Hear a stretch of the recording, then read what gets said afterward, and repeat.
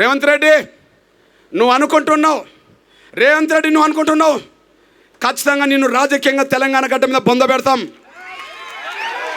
ఖచ్చితంగా తెలంగాణ గడ్డ మీద బొంద పెడతాం. 40 ఏళ్ళుగా రాజకీయాల్లో వీరుడుగా ఉన్న మా అన్న ఉన్నాడు.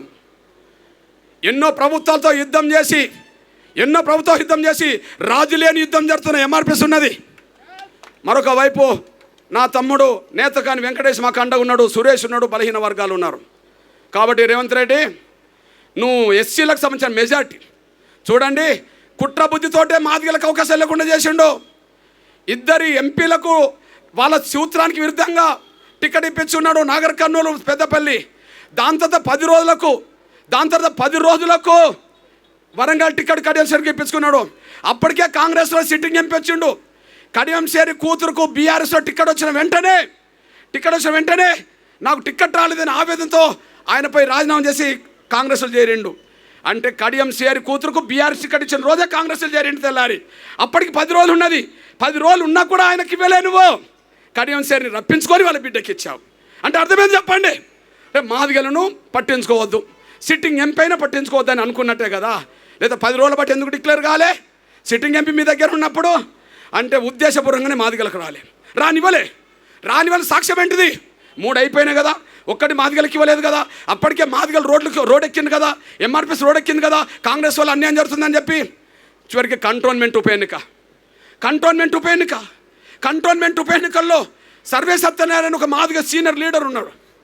ఎంతోమంది మాదిగ బిడ్డలు కాంగ్రెస్లో సీనియర్లు ఉన్నారు. కనీసం 3 మాదిగలకు ఇవ్వలేదు కదా. ఈ కంటోన్మెంట్ అన్న ఇచ్చి మనం మాదిగలకు కొంత ఇచ్చినామని చెప్పుకుందామని చెప్పడానికన్నా కంటోన్మెంట్ వేసి ఉప ఎన్నికల్లో మాదిగలకు ఇవ్వాలి కదా. కానీ మొన్న అసెంబ్లీ ఎన్నికల్లో బీజేపీలో పోటీ చేసి ఓడిపోయిన ఒక గణేష్ అనే ఒక మాలబిడ్డకు పార్టీ మారి వచ్చిన మాలబిడ్డకు టికెట్ ఇచ్చినావు. కానీ 20-30 ఏళ్ళు 40 ఏళ్ళు పార్టీని నమ్ముకున్న మాదిగ బిడ్డలకు టికెట్లు ఇవ్వంటే ఉద్దేశపూర్వకంగా మాదిగలకు నువ్వు అనగదొక్కుతున్నవాడానికి సాక్ష్యం అయిపోయింది. ఇది ఉద్దేశమే. నువ్వు కుమ్మక్కైనావు. పలుకుబడి కుటుంబం మల్లుది, డబ్బు మీడియా ఉన్న కుటుంబం వివేక్ది. అదే సమయంలో నువ్వు తిట్టిన వ్యక్తితోటే మళ్ళీ నువ్వు రాజీపడి కడియం షేర్ కూతురికి ఇప్పించావు. చివరికి ఇక్కడ మా సీనియర్ నాయకులకు కూడా అవకాశం లేకుండా ఒక పార్టీ నుండి తెచ్చి నువ్వు ఇప్పించావు. దీన్ని బట్టి రేవంత్ రెడ్డి పాలనలో మాదిగలకు తీవ్రంగా అన్యాయం జరుగుతుంది. రేవంత్ రెడ్డి పాలనలో మా నేత వాళ్ళకి అన్యాయం జరుగుతుంది, ఉపకులాలకు కూడా అన్యాయం జరుగుతుంది. కాబట్టి ఎట్టి పరిస్థితుల్లో నేను మీ అన్నను చెప్తున్నా, నేను కాంగ్రెస్లో ఉండరేమో ఇప్పటి వరకు, బీఆర్ఎస్లో ఉన్నారేమో, ఎట్టి పరిస్థితుల్లో కాంగ్రెస్కి మాత్రం అసలే ఓటు వేయొద్దనేసి కూడా మీరు మర్చిపోదు. గతంలో బీఆర్ఎస్ కూడా మనకు న్యాయం చేయలేదు కాబట్టి వాళ్ళకు ఓట్లు వేయాల్సిన అవసరం కూడా మనకు లేదు. బీఆర్ఎస్ ఓట్లు వేయడం అంటే మోరులో మన ఓటును వేసుకోవడం తప్ప ఇంకోటి రాదు. కానీ కాంగ్రెస్ ఓటు వేయడం అంటే మనల్ని ఎవరైతే అనగదొక్కాలనుకుంటుండో వాళ్ళకి మనం అండగున్నలు అవుతాం. ఆ పని మీరు చేయొద్దు అనుకుంటే నేను సవినంగా విజ్ఞప్తి చేస్తాను. నేను ఇకపోతే రేవంత్ రెడ్డి నువ్వు బీసీల ముందు కూడా దోషివే. నా మీడియా మిత్రులారా, నా ఎలక్ట్రానిక్ మీడియా, ప్రింట్ మీడియా, బీసీలం కూడా దోషే. ఎట్లా దోషి? మీరు చూడండి, కులగణన గురించి మాట్లాడుతున్నారు. మేము కులగణన చేయబోతున్నాం అంటున్నారు కదా.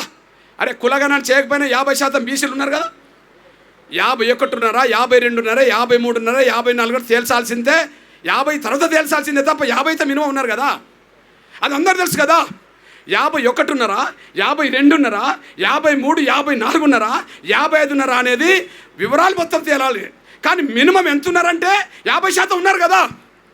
మరి 50% ఉన్న బీసీలకు నువ్వు ఇచ్చిన టికెట్లన్నీ, 5% లేని రెడ్లకు నువ్వు ఇప్పించుకునే టికెట్లన్నీ. 50% ఉన్న బీసీలకు ఇచ్చిన టికెట్లు కాంగ్రెస్లో 2. ఒకటి సికింద్రాబాద్, దానం నాగేందర్, 2 మెదక్. ఇక్కడ కాంగ్రెస్ పార్టీ ఎమ్మెల్యే లేడు. ఓడిపోయే సీట్ ఇక్కడ డిక్లేర్ చేసిండు, అడ్రస్ లేకుండా చేయడానికి. మేము ఇచ్చినాం, గెలవాలి లేదని చెప్పడానికి ఇచ్చిండు.